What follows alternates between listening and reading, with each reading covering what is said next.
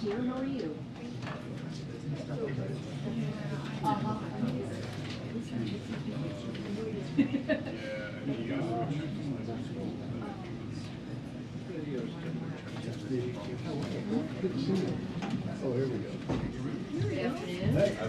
Good afternoon, everybody. Happy Friday. Okay, so today was a historic day for the country. We should all be proud of Justice Ketanji Brown Jackson and her historic investiture to the United States Supreme Court. More than 100 justices have served on the United States Supreme Court over the past 200 years. But today, for the first time, Americans and people across the world will see 4 women sitting on the bench. And today, for the first time, Americans will see a Black woman serving on our nation's highest court. This is a proud day for America, for our democracy, and in particular for women and Black women. This fulfills major promises President Biden made to help make sure our Supreme Court bench reflects the diversity of our nation, and more broadly, to strengthen the judiciary by fighting to nominate and confirm federal judges at a fast rate. He promised his nominees would be experienced, committed to the rule of law, and that they would represent diverse personal and professional backgrounds. Since taking office, President Biden has made 143 nominations. 84 have been confirmed, which is standout progress. And of his 143 nominees, 68% have been women and 66% are people of color. He's nominated groundbreaking first, who would be the first Black, Latino, and AAPI judge to serve in their circuit or district around the country. Today, as we celebrate Justice Ketanji Brown Jackson investiture, we also want to celebrate the many others across the country making history. And the president is going to keep building on what he sees as one of his proudest accomplishments, and he thanks the Senate for their leadership on this issue as well. Finally, as you heard directly from the president a short time ago, our hearts are with everyone impacted by Hurricanes Ian and also Hurricane Fiona. The president remains in regular touch with the state and local officials and spoke with Florida Governor Ron DeSantis and South Carolina Governor Henry McMaster this morning. FEMA Administrator Deanne Criswell is also on the ground in Florida today. Since before the storm made landfall, President Biden has been clear that it is a priority for the entire administration to get those impacted by the storm help that they need. 1 week ago, the president issued an emergency declaration for Florida, which meant we could pre-position teams and resources like food, water, and generators on the ground. Yesterday, the president did the same thing for South Carolina in anticipation of the storm hitting there. Currently, efforts are focused on saving lives and search and rescue as part of an unprecedented level of coordination with the Florida National Guard and state and local responders.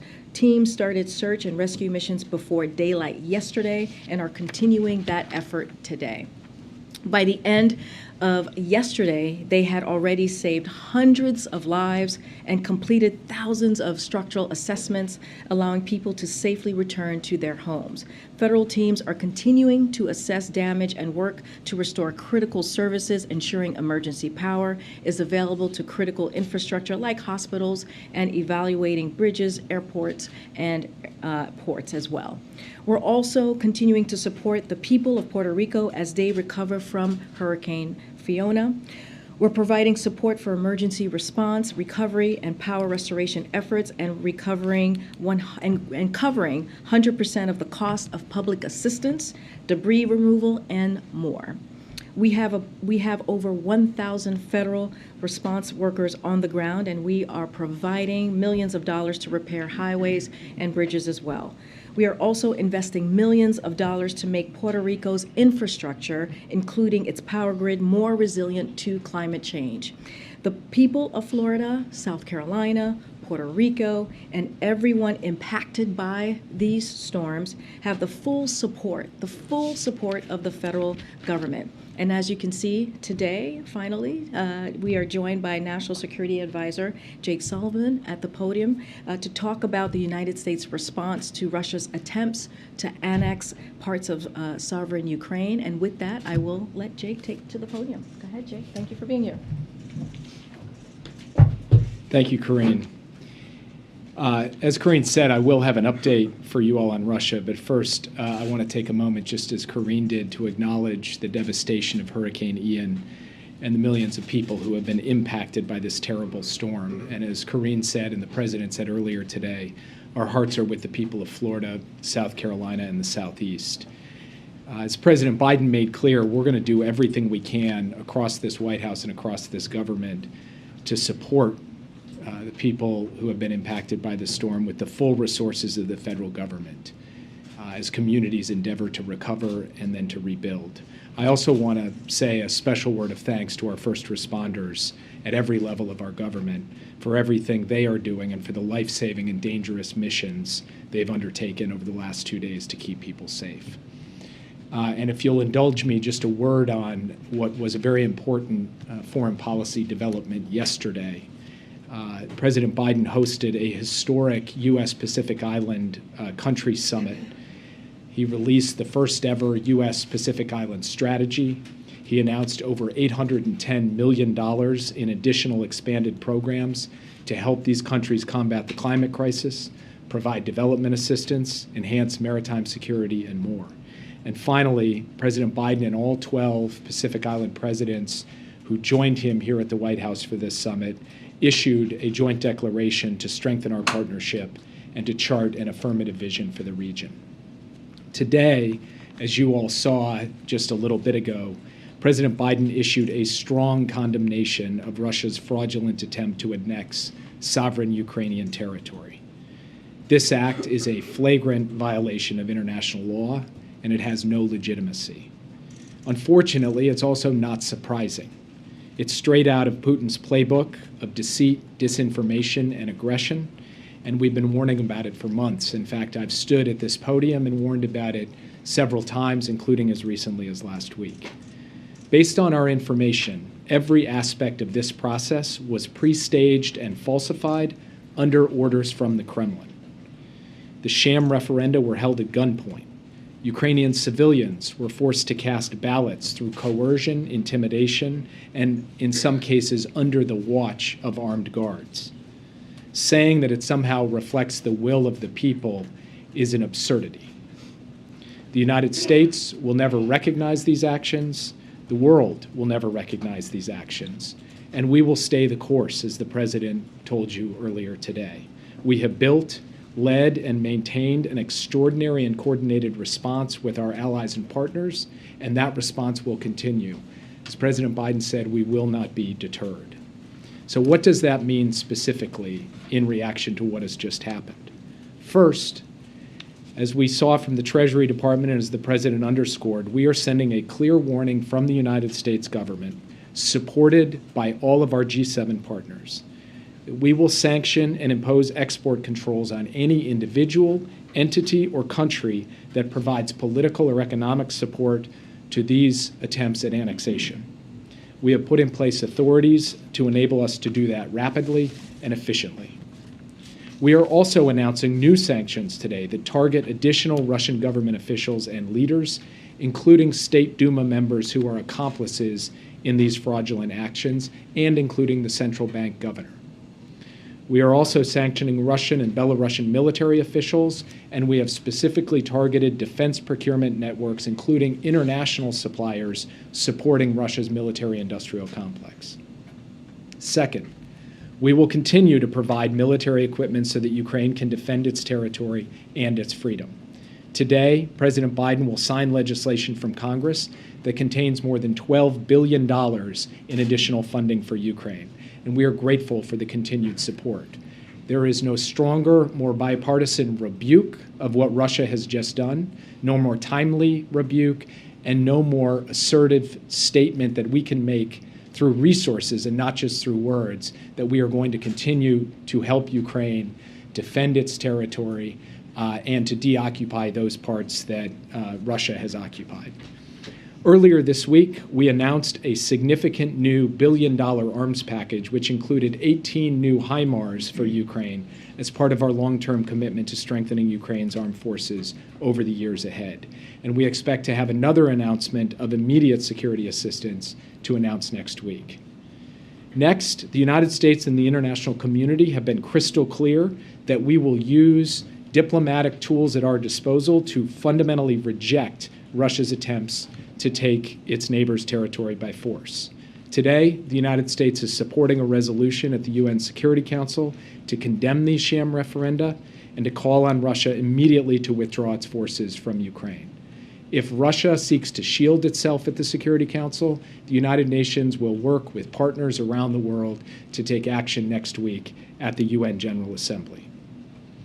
Leaders around the world have spoken out about what's at stake: the independence of the democratic nation of Ukraine, the principles of sovereignty and territorial integrity, and the very foundation of the United Nations Charter and the modern international order.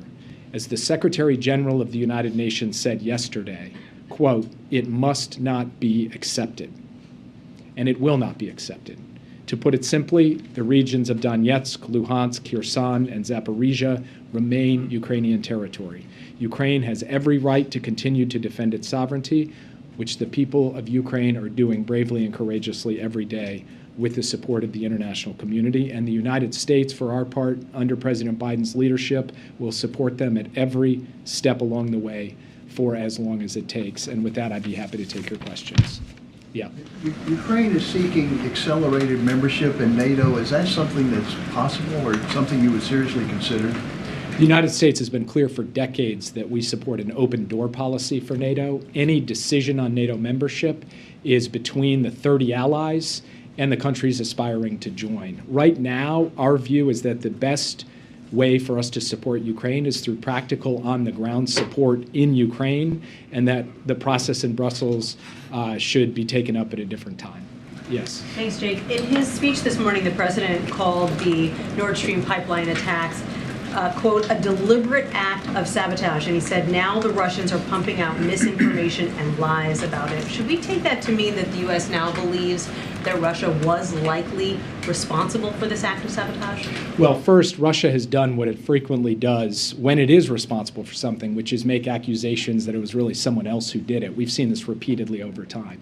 But the president was also clear today that there is more work to do on the investigation before the United States government is prepared to make an attribution in this case. One of the practical reasons for that is that because gas is emanating from these pipelines, the Danish authorities and other authorities in the Baltic Sea can't actually get down to the source of the leak to do forensics on what appears to be an explosion. So we will have to wait until a combination of physical inspection, intelligence gathering, and consultation with our allies to make a definitive determination. But what we can say unequivocally is the suggestions Russia has made about the United States and other countries are flat out false. Russia knows they're false, but of course this is part of their playbook. But how many countries or entities are even capable of carrying out the kind of attack that we saw with hundreds of kilograms of explosives 250 feet below the surface of the sea? Not many, and I think this is obviously an act of sabotage that took place, we believe, in the neighborhood of 70 to 80 meters,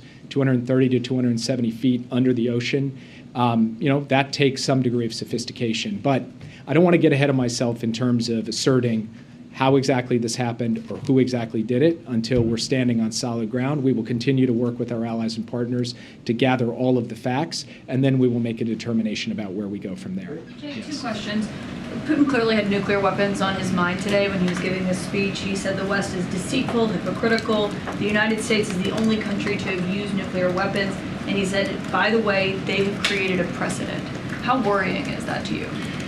I've been clear myself, President Biden has been clear, our administration has been clear that there is a risk, given all of the loose talk and the nuclear saber rattling by Putin, that he would consider this, and we've been equally clear about what the consequences would be. We have communicated that directly to the Russians. We do not presently see indications about the imminent use of nuclear weapons. We are, of course, monitoring that carefully and staying in close consultation with allies and partners. But this is something that we are attuned to, taking very seriously, and communicating directly with Russia about, including the kind of decisive responses the United States would have if they went down that dark road. Is the risk of that higher now than it was 6 or 7 months ago?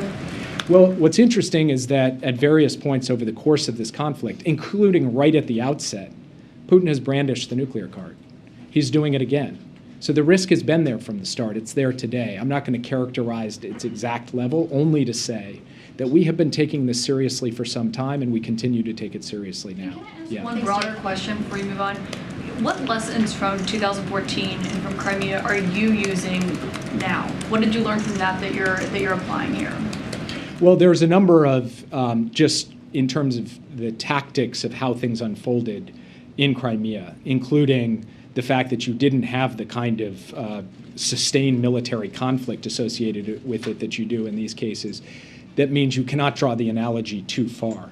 On the other hand, one of the things that we have been clear about from the start of this conflict, and even in the months that preceded it, when I stood at this podium and warned that it was coming, is that we were going to be prepared with clear, swift, and very certain responses. And so when I stand here before you today to talk about sanctions, to talk about new funding, to talk about new transfers of military equipment and diplomatic initiatives that are unfolding the very day that Putin gives his speech, that is all the product of months of planning and coordination with our allies and partners so that we do not allow time to elapse, so that we seize the diplomatic initiative, and so that we communicate very clearly we will not accept this, and we will help equip the Ukrainians to push back aggressively against it, even as we rally the international community to condemn it.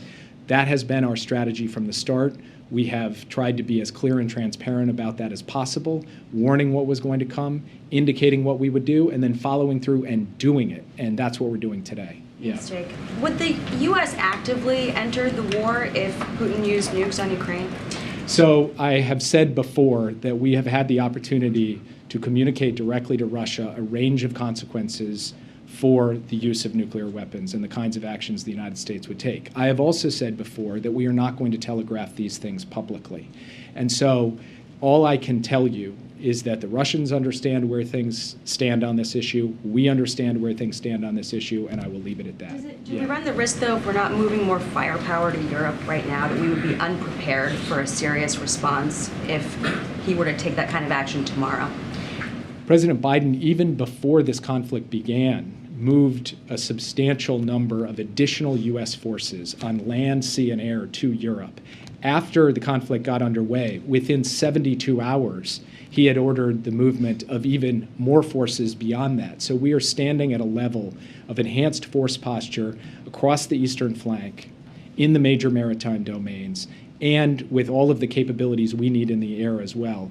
We feel that we have in place right now the capacity to effectively deter and respond to any contingency and to make good on what President Biden emphatically reinforced today, that we will defend every inch of NATO territory. The United States has put in place the pieces for that, and if you look at what our NATO allies have done in terms of surging their own capabilities to Eastern Flank allies, upping their own defense expenditures, we are at a level, a state of readiness to take on any contingency, and we're doing the active coordination and scenario planning to be prepared for whatever comes our way. Is there anything we can do to protect energy infrastructure now before something that's actually in use gets attacked in Europe?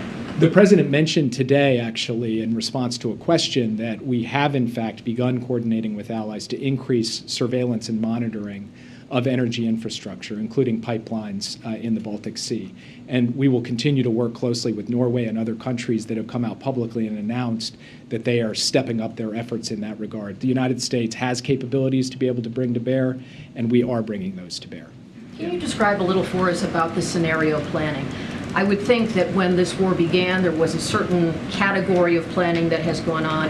And how significantly has that changed as the facts have changed, as these threats have changed? And does it suggest that this is a very dynamic situation where is the president engaged in approving new plans, on a frequent basis, or is this something that is part of a ready playbook that would already be at the disposal of the Department of Defense, or is this something that's being retooled in real time?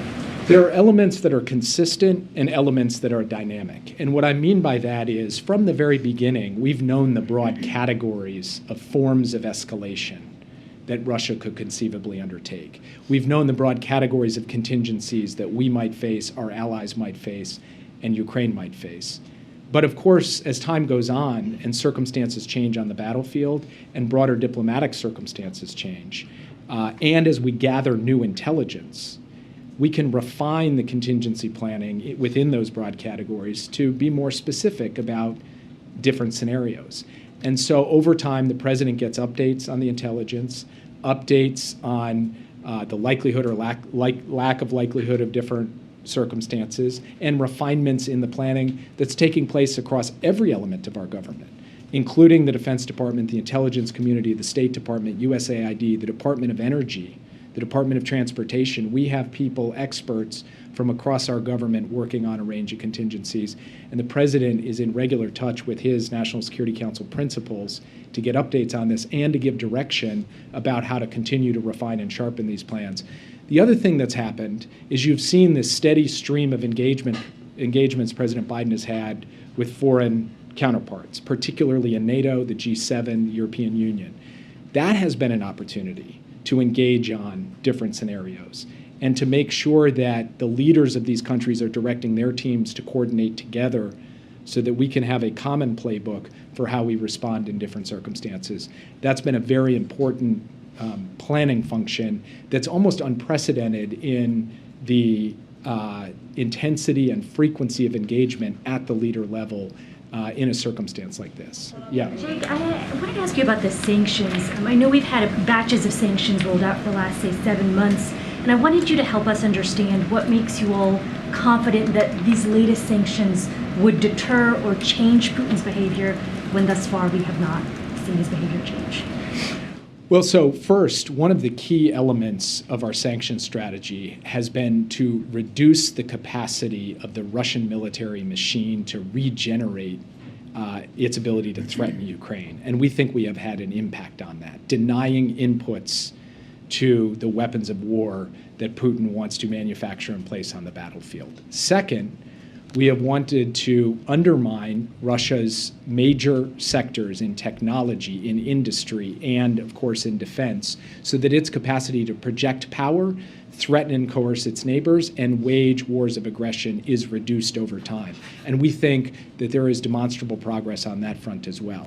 Third, we want to send a clear message to the rest of the world that those companies, those individuals, and those countries that are going to stand beside Russia on this issue of illegal annexation, they will subject themselves to sanctions, and we do believe that that will have a considerable deterrent effect and have seen that in other circumstances. So for all of these reasons, we feel that the sanctions element of our strategy, the economic pressure that we are placing on Russia, and the denial of their ability to gather what they need to be able to regenerate their war machine, this has been a critical element to how we have prosecuted our strategy so far, and the impacts of it will continue to be felt month on month as we go forward and put us in a stronger position and Russia in a more disadvantaged position as this unfolds. One follow on annexation. Can I just ask real quick on sort of the broader view of U.S. policy on annexation? Is it U.S. policy that any land gained by defensive or offensive war cannot be legally annexed? It is the U.S. policy that the attempt to annex at the point of a gun, to conquer territory, hold sham referenda, and then declare that territory your sovereign territory and not your neighbor's sovereign territory, is as flagrant a violation of the UN Charter as possible. And this case is cut and dried. And it's for that reason that the UN Secretary General, who has been a careful voice, a neutral arbiter in multiple efforts on diplomacy between Russia and Ukraine over the last 6 months, came out with an absolutely unequivocal statement in this regard yesterday, and every word of it is something that the international community can collectively stand behind. Yeah. Do Russia's actions give you any second thoughts about enacting the oil price cap policy, which essentially would encourage countries to buy Russian oil at a discount as opposed to a full-out global ban? We're continuing down the road of negotiating alongside our G7 partners and working with countries who are purchasers or prospective purchasers of Russian oil, what the parameters in terms of a price cap would look like. We are not currently discussing a change in that policy, but rather continuing to find ways to both protect global energy markets and to deny revenues to Putin to feed his war machine. That is our fundamental objective. We believe this is the best method by which to achieve that objective, and we're not looking at a fundamental course correction on that at this time. Yeah. Are you concerned there could be attacks on U.S. and Western infrastructure after the Nord Stream 1 incident? We have to be concerned about the possibility of Russian action, Russian aggression against Western infrastructure, Western facilities. We have been concerned about that from the beginning of the war. We don't have any specific intelligence to share with you today on that, but that is the reason we do contingency planning. It is the reason that we send strong deterrent messages like the President today saying that the United States will defend every inch of NATO territory, and it's why the President said today that we've elevated our surveillance and monitoring of critical infrastructure in NATO territory in the event that it is put at risk, either physically or through cyber means or otherwise, and we will continue to do that. There is a heightened concern about that possibility.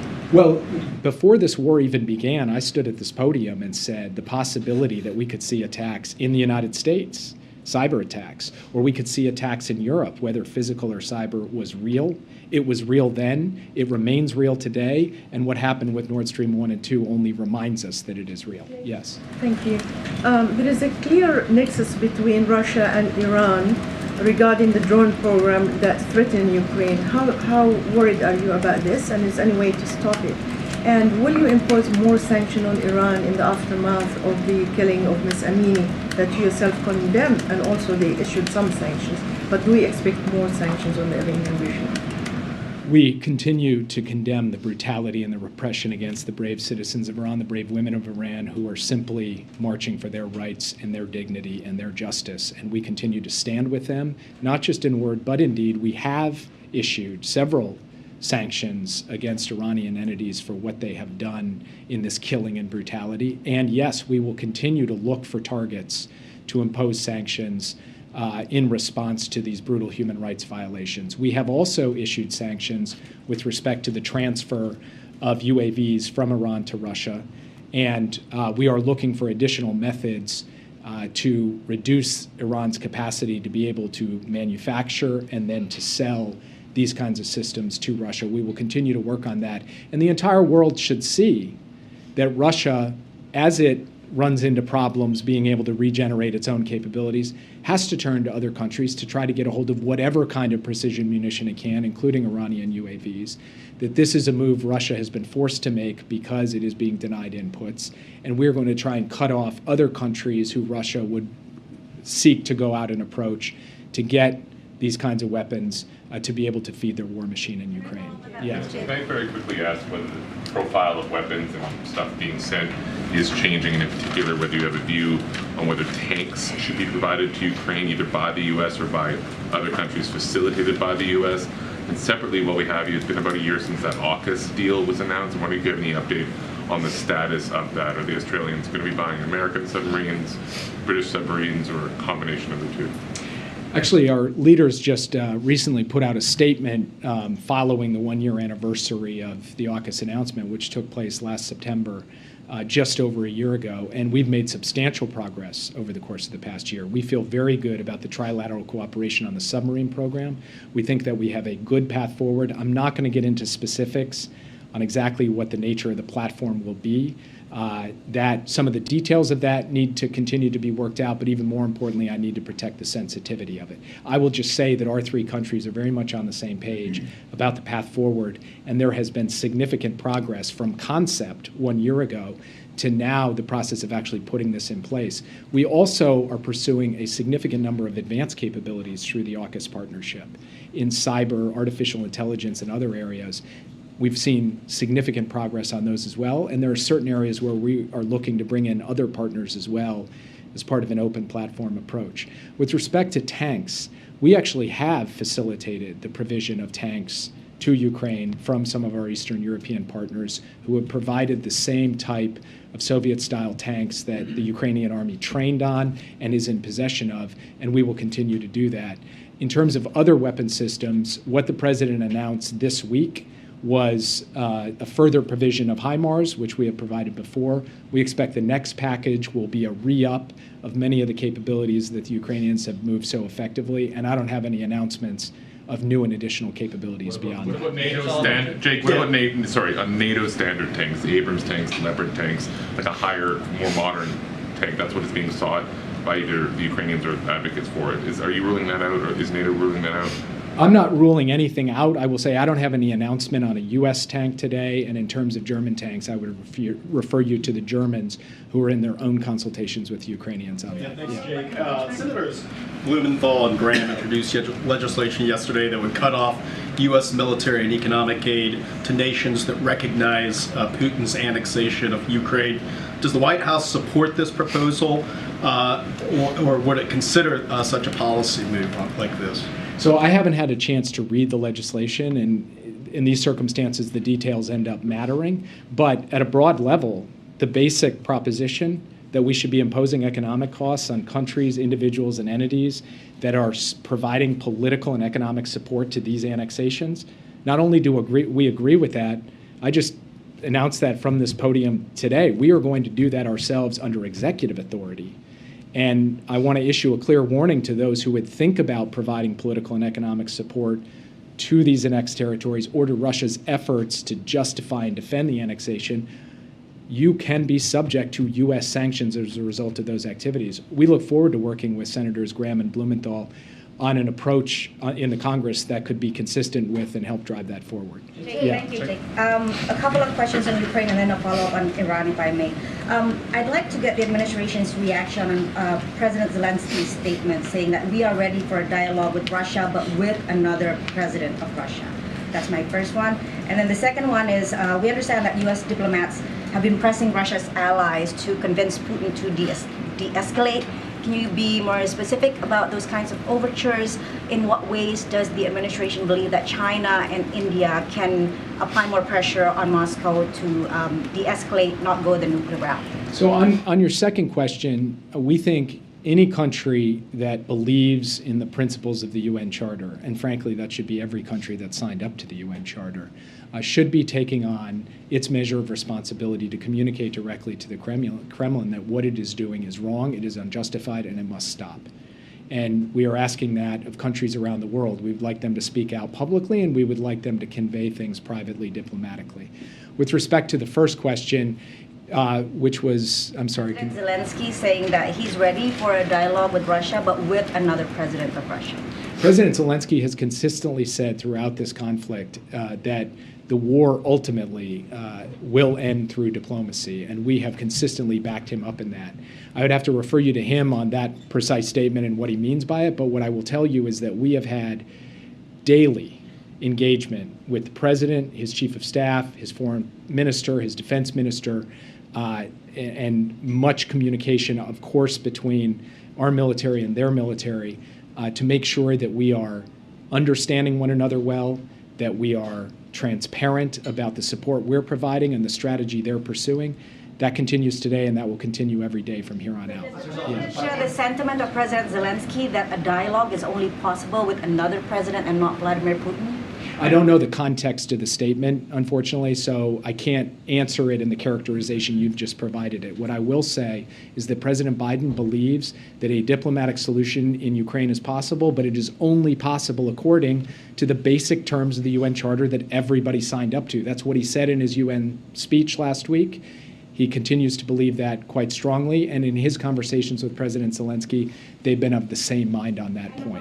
Please follow up on Iran. Question that on the pipeline, did I hear you correctly to say that the U.S. government has ruled out the involvement of any European allies, including Eastern European countries, some of whom are very angry about that pipeline and in the sabotage? And that we do not believe that this was the work of any NATO ally. And then, more broadly, Putin in his speech cast this as a kind of cultural struggle, with Russia standing for tradition and the U.S. and the West standing for Satanism, for attacking the family and traditional values and things like that. How do you answer that argument? I mean, it's raving. The fact that he's using words like Satanism is, to me, precisely the kind of over-the-top rhetoric and ranting that you hear from someone who has no basis to justify what is a colonial and imperial land grab. And so rather than fill in any kind of logic or moral defense of what he has done, he has to resort to these kinds of absurd arguments. And I think that can be plain for the entire world to see. Yeah, and Thank you so much. This will be the last one, so that I can let you Thank you, Jake. On another topic, what is your expectation for the election in Brazil this Sunday? What are you going to be watching for? And how fast is the White House going to recognize the result once it's announced? I don't make predictions about American elections, so I promise you I will not make predictions about Brazilian elections or the elections of any other country. So, thank you, guys. Question about Ukraine. Thank you. Thanks for coming. Thank you. Thank you so much, Jake. We don't have much time because I know folks have to gather, but Colleen, you want to kick us off? Sure. Karine, can you give us an update on the president's plans? Will he go to Florida? Will he go to Puerto Rico? And then also, do you have any idea how much money you'll have to request from Congress yet to replenish the disaster fund? So I'll say this, the continuing resolution in Congress, as you all know, is voting. They're voting on this all today, so we'll help ensure that FEMA has the resources it needs to address immediate response and recovery needs, including those in Puerto Rico and also in Florida. So we will remain in close touch, obviously, with Congress on continuing to evaluate that. As far as what's currently happening, look, the president's been very clear. He wants to focus on what Florida needs, what Puerto Rico needs, and they both have the full force and the full support of the federal government, and we will continue to have close conversations with the officials on the ground to make sure that they have the people in Puerto Rico and the people in Florida have what they need. As you heard, he spoke to the South Carolina governor today, offering those same that same support. One of the things that I just want to reiterate, which is really important about what we have seen these last couple of days, more than a week, is if you think about what the president was able to do in Florida and what the president's going to be able to do in South Carolina, which is pre-position federal employees, responders on the ground in a way that we have not seen before. It is unprecedented what we're seeing, the type of coordination that we're seeing on the ground. And so that is because the president has made this a priority, and he wants to make sure that we are offering all of the support. Just to name a few, because this is, we think, important. It's the FEMA Urban Search and Rescue, the U.S. Coast Guard, the Department of Defense, DHS, the Department of the Interior, working hand in hand with the Florida National Guard and state and local responders. And these teams are doing the work day and night to make sure that they're rescuing folks on the ground, but also offering water, food, and generators as well. When the president does go to Florida, whenever that might be, does he want to meet with Governor DeSantis personally? So, I want to be very clear about this. This is not about politics, right? This is about the people of Florida and what they need. When we saw Surfside, the horrible, catastrophic, building falling in Surfside and killing so many Floridians not too long ago, over a year ago, you saw Governor DeSantis and you saw this president sit side by side talking about how they were going to work together to make sure that that community got everything that they need. So this is not about politics. I don't have anything to share about a trip that the president's going to be making. He spoke for himself yesterday. It's something that he wants to do when it's appropriate in Florida. He does want to also go to Puerto Rico, and once we have an announcement to make, we surely will make that announcement. Apparently a meeting today between the administration and oil executives. Could you tell us a little bit about that? What's that for? For sure. So from what I understand, like as you stated, there's a meeting that happened with the Department of Energy with the oil companies. Don't have anything to share at this time as to how that meeting went or what was on the agenda. But certainly it is an important meeting as we look at continuing to keep those gas prices and oil prices down for the American people. As soon as I'm sure there'll be a readout and some more information to share to all of you. Go ahead. Yesterday, President Biden said that Governor DeSantis, when they spoke, complimented him and praised the immediate response from the federal government. Is that a sentiment that the president returns? Does he think Governor DeSantis has handled the response to this well so far? So I can't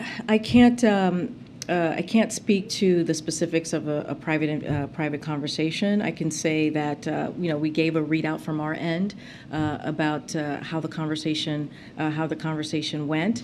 Again, we don't want to make this about politics. We don't want to make this about red states versus blue states. This is about the American people that are families and everyday people who are on the ground who need the assistance, and they are going to continue to coordinate. They are going to continue to have conversations. They had, I believe, 3 conversations in just a week's time about what they can do to help the communities in Florida. But I don't want to get into politics here because this is not about that. Right. I'm not asking about politics. I'm just asking if the president thinks that Governor DeSantis has done a good job. I'm just not going to look. I haven't had that conversation with the president. What I can tell you is that they are working closely together. The FEMA administrator is down there currently with the governor. They are traveling the state together and looking at what is currently happening on the ground. I'm not going to get into particulars of who's doing a good job and who's doing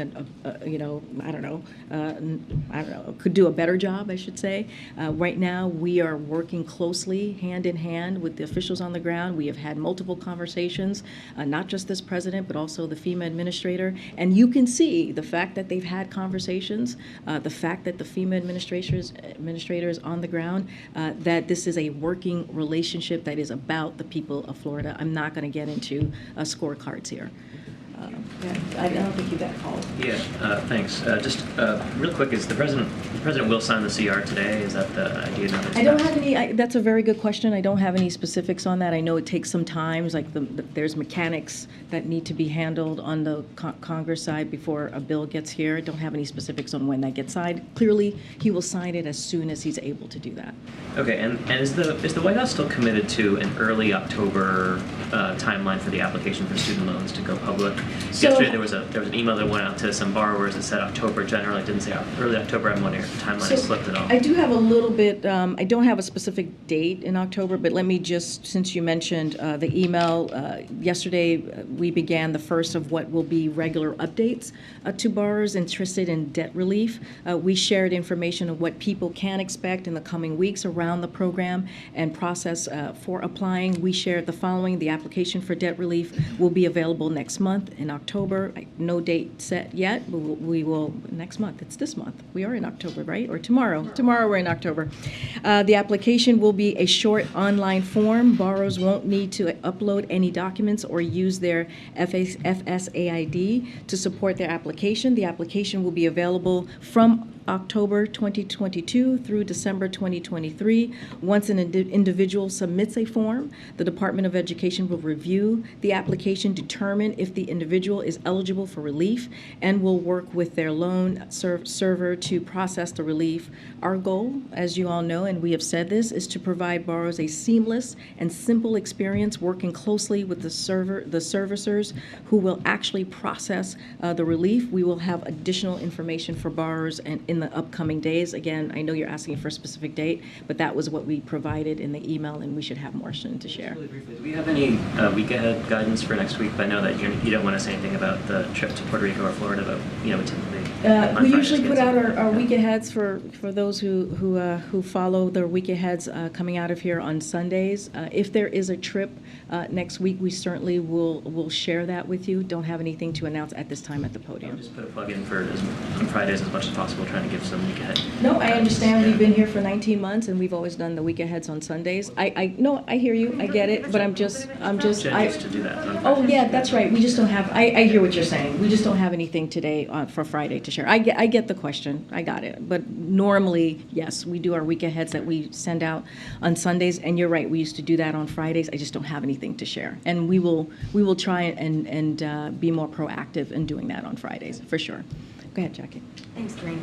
A couple times this week, the president came after oil and gas companies. He threatened again to investigate instances of price gouging. But John Kirby said yesterday that he hadn't seen any evidence of that happening. And I remember the president first put out this call for the FTC to investigate possible price gouging in November of last year. So my question to you is, why does he keep throwing that out there? And does it have anything to do with the possibility that OPEC could announce a production cut next week and we might start to see prices come up? Is he trying to deflect away from... As you know, we're not going to speak to OPEC Plus. We are clearly not a partner or part of OPEC Plus. So they are an independent entity, and we allow them to make their news and their announcements on their own. What we're saying is we're just making sure that while people are we are all dealing with a hurricane, that gas and oil companies don't take advantage of it. It's just a little bit of a hey, we want to make sure in this time when people are losing their homes, when people are dealing with an incredibly difficult time, that we shouldn't take advantage of it. That's it. It is just coming from the president, and we feel that coming from the president is a powerful voice. And so, look, we know that disruptions from hurricanes can pose challenge to markets, but the latest projections show that major refineries should not be impacted by Hurricane Ian. And so we're just making it very clear to the oil companies. The president is making it very clear to the oil companies. So there's nothing more to it than just being vigilant about that. Does it all run the risk, though, of further fraying the relationship between the administration and these? There's been, obviously some space between, their position, industry head's position, and the White House in terms of attitudes toward fossil fuels and, sort of casting of blame from side to side. The companies will say, well, the Biden administration is hostile, and that's why, we can't ramp up production. Does this kind of rhetoric make it worse? I think so. As you know, the oil companies are currently meeting with officials, White House officials, and the Department of Energy. And so, look, I think the president thinks that he is standing up for the American people and making sure that oil companies are passing on the savings that they're getting to consumers. And we have said that time and time again. And this is something that the president thinks it's important to use his platform to do so. Thanks, Karine. Can you give us, I know you're not going into the week ahead, but for the weekend, President Biden is in town. He's going to the Congressional Black Caucus dinner tomorrow night.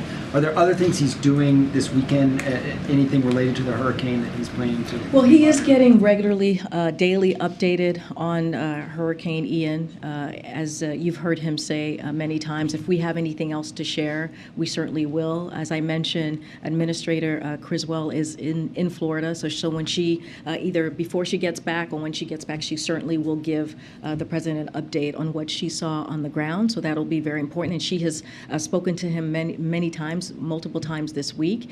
So again, he'll get a daily update as he has been for the past week or so on both Hurricane Fiona, when that was happening, and currently with this hurricane. And we will have more to share if there's any other calls that he makes on the ground with officials as well. The other thing I wanted to ask was, you had said the other day that Jackie Walensky's family was going to be here today for a bill signing. Has that happened? Is it happening? It wasn't on the schedule. So yeah, and as you all know, we don't put every bill signing on the schedule. as you can imagine, this is a personal moment that the president was doing. Like I mentioned in the briefing a couple of days ago, and as you just stated, the president has been looking forward to hosting the late representative's family and other lawmakers to honor her legacy, and he is signing the bill naming a post office in her memory, and that is happening. It was happening when we started the briefing, so I haven't gotten an update on how that went. But clearly, this is an important moment for her family, and so I can give you a little bit of who was in the meeting so that you all know. It included the late representative's husband, mother, brother, staff, and several bipartisan members of Congress. Speaker Pelosi, Minority Leader Kevin McCarthy, Representative Jim Baird, Representative Jim Banks. So this again happened while I was coming to the podium, and as you know, the majority of bill signings are not necessarily always done in public, and so this is that example as well. So Kevin McCarthy was here for the bill signing. Is that the first time has he met? I don't have a kind of a data or on how many times he's been here, so I actually can't speak to that at this time. But he was here for this particular bill signing. We have to remember that the issue that she fought so hard for on ending hunger, ending child hunger, and specifically has been an issue that's been bipartisan, and that's what we saw a couple of days ago from that summit. Okay.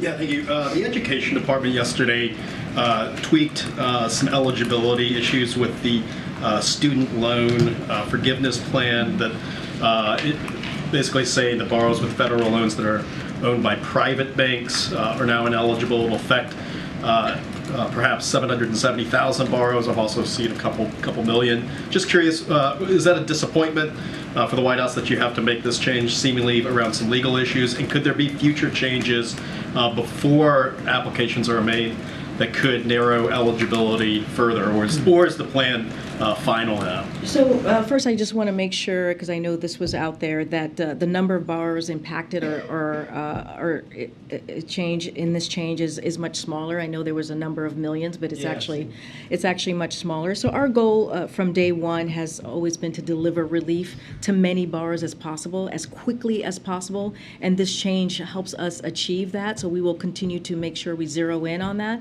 Look, the Department of Education continues to explore alternative ways to provide relief to those borrowers with commercially held loans. I do want to say that when you think about what we're trying to do, right? We're trying to give relief to everyday Americans, right? We're trying to give relief to working families. We're trying to give relief to working Americans. And the fact that you see folks out there in Republican states that are making it very hard for us to do that, for us to give a little bit of a breathing room to working Americans, I think it's really unfortunate, because what we are doing is actually popular with Americans. What we are doing is actually giving Americans an opportunity to put money down on a house, an opportunity to start a family. And so that is what, unfortunately, we're seeing that these red state Republican officials are doing. And remember, this is going to help 40 million Americans who truly, really need just a little bit more space. Do you anticipate, though, that the plan is now final, or could there be other modifications like this before the... So I don't want to, I can't speak to that. What I can say is we're going to do everything that we can to explore alternative ways to give relief to those borrowers, these particular borrowers that you were asking me about, that are with commercially held loans. And so we're going to do everything that we can. The Department of Education is going to do everything that they can. Again, this is about giving relief, a little bit of breathing room, some extra kind of opportunity for folks to really, be able to get that house again, to start that family. And so that's what we're going to continue to focus on. I think I have to go. I'm getting but I'll see you all next week, and we will have a week ahead as soon as we can. Thanks, everybody. Thank you.